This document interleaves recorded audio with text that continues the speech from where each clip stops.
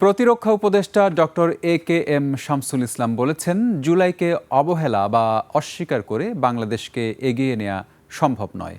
রাজধানীতে এক আলোচনায় তিনি জানান, জুলাইয়ের স্পিরিট ধারণ করে দেশকে এগিয়ে নিয়ে যেতে চায় বর্তমান সরকার।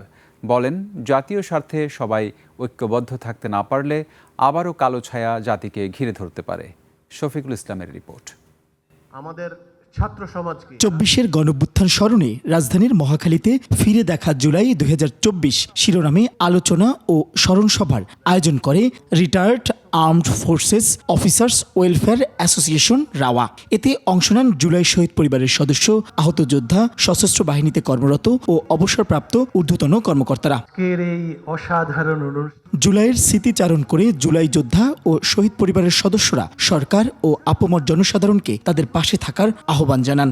আপনারা যেভাবে জুলাইতে সকল কিছু নিয়ে নেমে এসেছিলেন, আপনারা আবারও সকল কিছু নিয়ে নেমে আসেন এই শহীদ পরিবার এবং আহতদের পাশে দাঁড়ানোর জন্য। এই জুলাই স্মৃতিস্তম্ভ তৈরি করার ব্যাপারে একটা পদক্ষেপ নেবেন। সাবেক সেনা কর্মকর্তারা বলেন, জুলাই যে ঐক্য গড়ে উঠেছিল তা ধারণ করেই আগামীর বাংলাদেশ বিনির্মাণ করতে হবে। ওনারা আমাদের কাছে আসেন, আমরা ফেরালে ওনারা যাবেন কোথায়, সেজন্য আমরা ফিরিয়ে দেই না। আমরা আমাদের বেতন থেকে শেয়ার করেছি ৫-৬ মাস ধরে এই জুলাই ফাউন্ডেশনের কর্মকর্তারা বেতন পান না, কিন্তু কাজ করে যাচ্ছেন মনোবল নিয়ে। আমাদের এই জুলাই, এটার যে মহিমা, এটার যে কৃতিত্ব, সেটা যদি আমরা বুকে পিঠে ধারণ করতে না পারি, জাতিতে বারবার জুলাই ফেরত আসবে। প্রধান অতিথির বক্তব্যে প্রতিরক্ষা উপদেষ্টা ডক্টর এ.কে.এম. শামসুল ইসলাম বলেন, জুলাইয়ের আত্মত্যাগ জাতীয় চেতনাকে নতুন করে উদ্বুদ্ধ করেছিল। জুলাইকে অবহেলা করে, জুলাইকে অস্বীকৃতি জানিয়ে বাংলাদেশকে এগিয়ে নেওয়া যাওয়া কোনোভাবেই সম্ভব নয়।